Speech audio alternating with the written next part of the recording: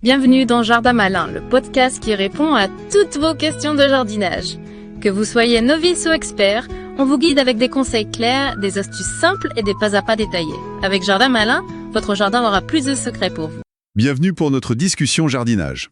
Mai est arrivé, les jours rallongent, il fait meilleur, franchement c'est le moment parfait pour se remettre au jardin. Ah oui, absolument. On va explorer un peu les tâches clés pour ce mois, quoi semer, quoi planter, comment on gère les herbes qui poussent partout, et puis la protection des cultures, mais de façon naturelle bien sûr. Exactement. L'idée c'est d'avoir des astuces pratiques pour un jardin qui donne bien et sain.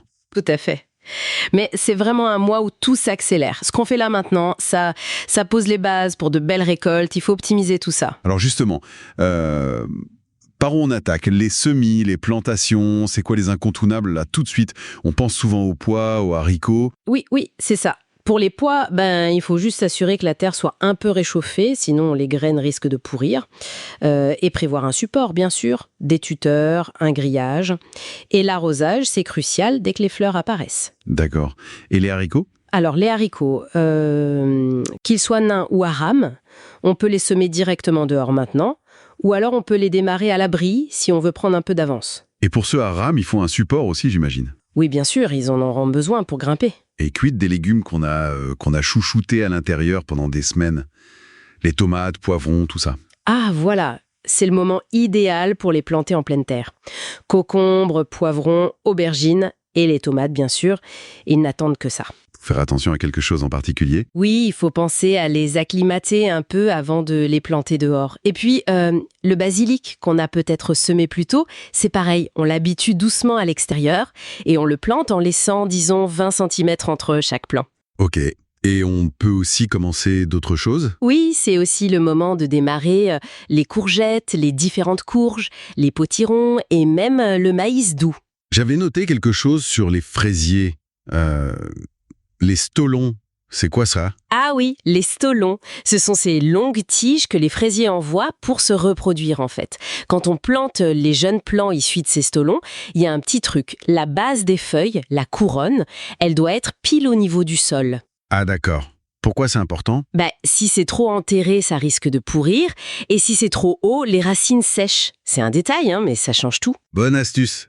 Et même si on n'a pas un grand jardin? Oh oui, beaucoup de légumes se plaisent très bien en pot ou en bac.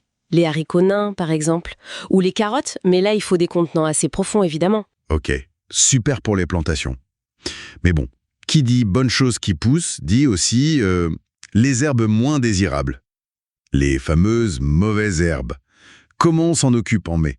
Oui, ces adventices, comme on dit parfois. C'est vrai qu'elles concurrencent nos légumes. Alors le plus simple, ça reste de biner régulièrement. Un coup de binette, ça aère la terre et ça coupe les jeunes poussins désirables. Et le paillage? On en entend beaucoup parler. Ah oui, le paillage, c'est top. Couvrir le sol autour des cultures, comme les haricots ou le fenouil qui sont assez sensibles, ça limite la pousse des herbes et en plus, ça garde l'humidité. C'est double bénéfice. Et pour les plus coriaces, genre pissenlit, chiandent. Là, souvent, il n'a pas le choix, faut y aller à la main, essayer d'avoir toute la racine. C'est un peu plus de travail, mais c'est efficace. On parle parfois de plantes vraiment envahissantes, comme la renouée du Japon. C'est encore autre chose, ça. Ah oui, la renouée du Japon, c'est un cas à part. Très, très difficile à éradiquer. Ça demande des méthodes spécifiques, parfois radicales, comme l'annélation, pour l'épuiser sur plusieurs années. C'est un vrai souci pour la biodiversité locale, celle-là. D'accord. Bon, une fois qu'on a un peu géré les herbes, l'autre front, c'est les petites bêtes. Les insectes, les ravageurs. Quels sont les plus fréquents en mai? La mouche de la carotte, par exemple? Oui, il faut être vigilant. Pour la mouche de la carotte, le truc, c'est d'éviter de l'attirer avec l'odeur. Donc, on sème clair pour ne pas avoir à éclaircir plus tard. C'est quand on éclaircit qu'on froisse les feuilles et que ça sent. Et si on doit désherber ou récolter, on le fait par temps sec et calme. Malin. Et on peut faire autre chose? Oui, un filet anti-insectes. Assez haut, genre 70 cm à 1 mètre, parce qu'elle vole bas. C'est très efficace. Et pour d'autres bestioles, la tentraide du groseillier, ça fait des dégâts, non? Oui, la tentraide. Il faut inspecter les groseilliers dès avril-mai.